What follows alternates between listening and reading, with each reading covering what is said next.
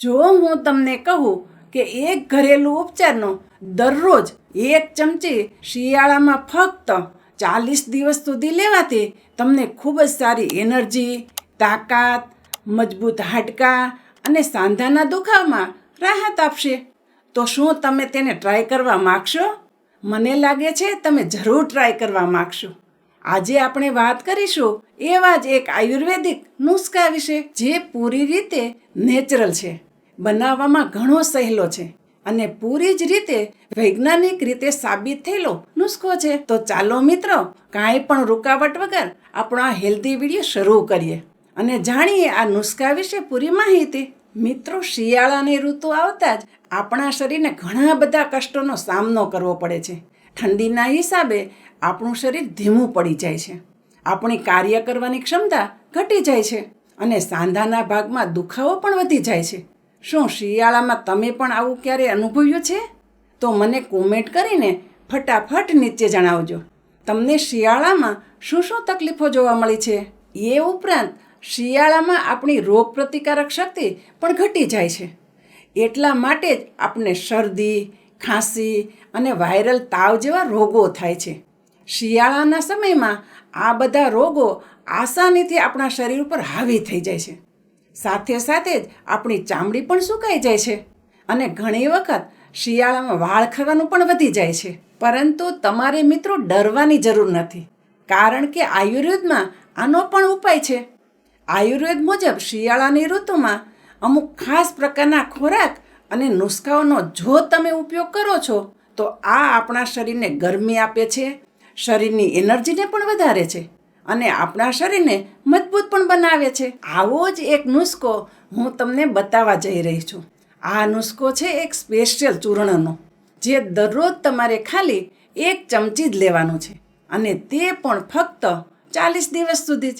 અને તેની અસર જે થશે મિત્રો, તે તમે ખુદ અનુભવશો અને તે જોઈને તમે ચોંકી પણ ઉઠશો. તો ફટાફટથી વિડીયોને લાઈક કરી દો આ જ વાત ઉપર, અને ચેનલને તમે જો સબસ્ક્રાઈબ ના કરી હોય તો સબસ્ક્રાઈબ પણ કરી દો, જેથી આવા આયુર્વેદિક વિડીયો તમને આગળ પણ જોવા મળે. ચાલો તો શરૂ કરીએ નુસ્ખામાં વાપરવાની જરૂરી વસ્તુઓથી. સૌથી પહેલી વસ્તુ જોશે બાવળનો ગુંદર. બાવળનો ગુંદર હાડકાઓ માટે એક ઉત્તમ ઔષધિ છે. આ સાંધાના દુખાવામાં રાહત આપવાની સાથે સાથે હાડકાઓને મજબૂત પણ બનાવે છે અને હાડકાઓને તાકાત પણ આપે છે. શિયાળાની ઋતુમાં સાંધાના દુખાવામાં વધારો થવો એ સાવ નોર્મલ વસ્તુ છે અને આ બાવળનો ગુંદર દુખાવામાં ઘણી રાહત આપે છે. બીજી વસ્તુ જોશે મિત્રો, તે છે મખાના. મખાના જે હોય છે તે એનર્જીનો એક સારો એવો સ્ત્રોત હોય છે, જેમાં કેલ્શિયમ હોય છે જે હાડકાંને મજબૂતાઈ આપે છે. મખાના પાચન તંત્રને પણ સારું કરે છે.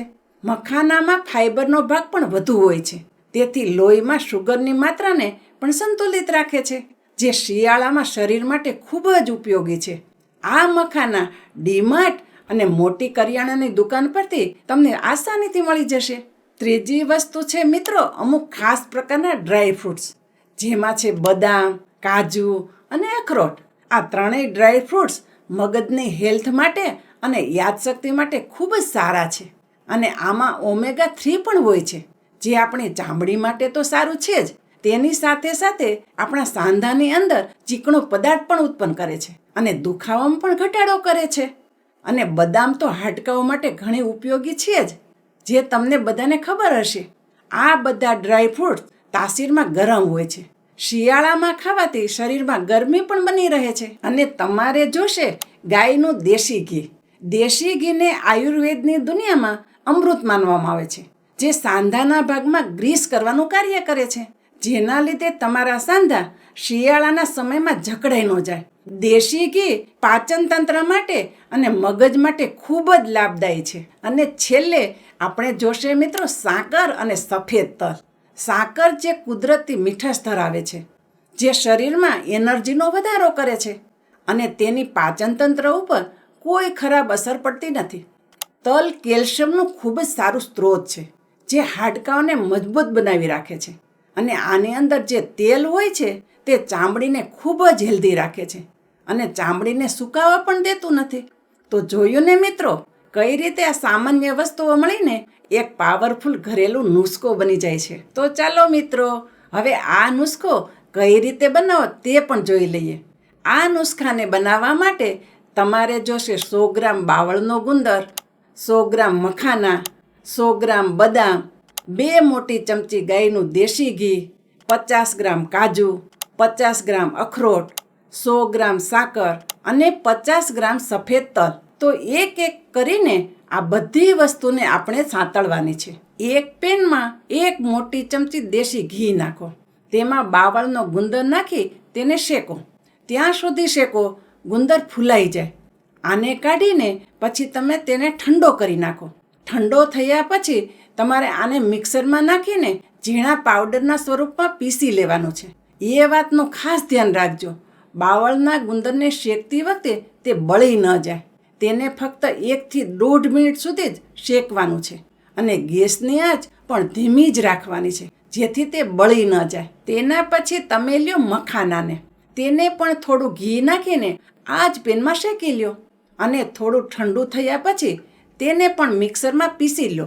આવી જ રીતે કાજુ, બદામ અને અખરોટને પણ શેકી લ્યો અને તેને પણ પછી મિક્સરમાં પીસીને રાખી દો.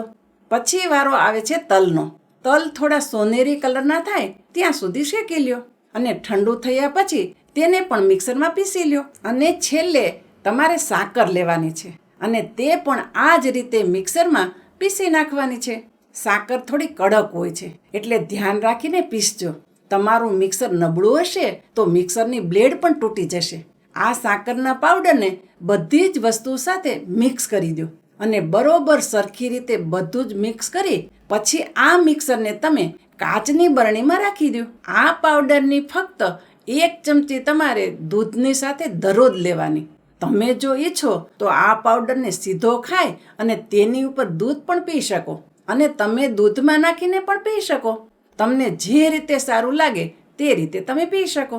આ ઉપચારને તમે સવારે પણ લઈ શકો અને તમે ઈચ્છો તો રાત્રિના સમયે પણ લઈ શકો. અને હા મિત્રો, આ ઘરેલું ઉપચારને તમારે એક ધારું 40 દિવસ સુધી જરૂર લેવાનું છે. 40 દિવસનો આ કોર્સ છે.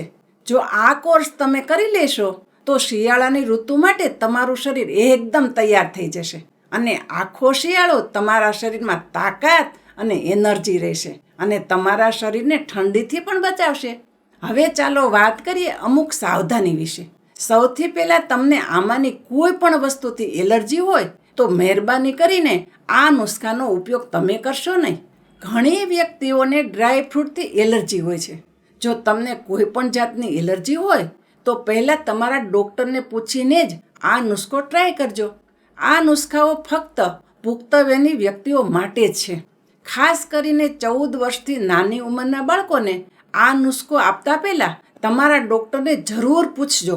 આ ઉપરાંત જે લોકો પહેલેથી જ કોઈ પણ જાતની બીમારીનો ઈલાજ કરાવતા હોય, જેમ કે ડાયાબિટીસ છે અથવા તો બીપી છે, તો તેને પણ આ નુસ્ખાને શરૂ કરતા પહેલાં એક વખત તેના ડૉક્ટરને પૂછી લેવું જરૂરી છે.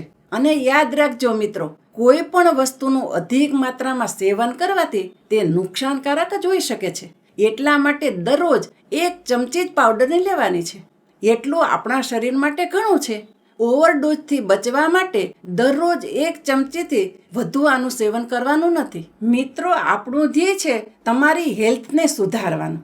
એટલા માટે મેં કહેલી બધી વાતનું ખાસ ધ્યાન રાખજો. તો આજનો આ વિડીયો તમને જરૂર પસંદ આવ્યો હશે. આ વિડીયોથી તમે કંઈક ને કંઈક નવું શીખ્યા હશો. આ શિયાળામાં તમે આ નુસ્ખાનો ઉપયોગ જરૂર કરજો અને મને કોમેન્ટ કરીને જરૂર કહેજો આ નુસ્ખાનો ઉપયોગ કરીને તમને શું શું ફાયદો થયો. આ વિડીયો તમને પસંદ આવ્યો હોય તો વિડીયોને લાઈક કરો. ચેનલ ઉપર તમે જો નવા હોય તો ચેનલને સબસ્ક્રાઈબ પણ કરો, જેથી આવા વિડીયો તમને મળતા રહે. અને મનમાં જો કંઈ પણ પ્રશ્ન હોય તો નીચે કોમેન્ટમાં જરૂર કહો અને આ વિડીયોને તમારા પરિવાર અને મિત્રમાં શેર કરો, જેથી તેને પણ સ્વાસ્થ્ય માટે ફાયદો મળી શકે. ચાલો મિત્રો, આની સાથે જ હું શારદાબેન ગોસ્વામી રજા લઉં છું. ફરી મળીએ એક નવા વિડીયો સાથે.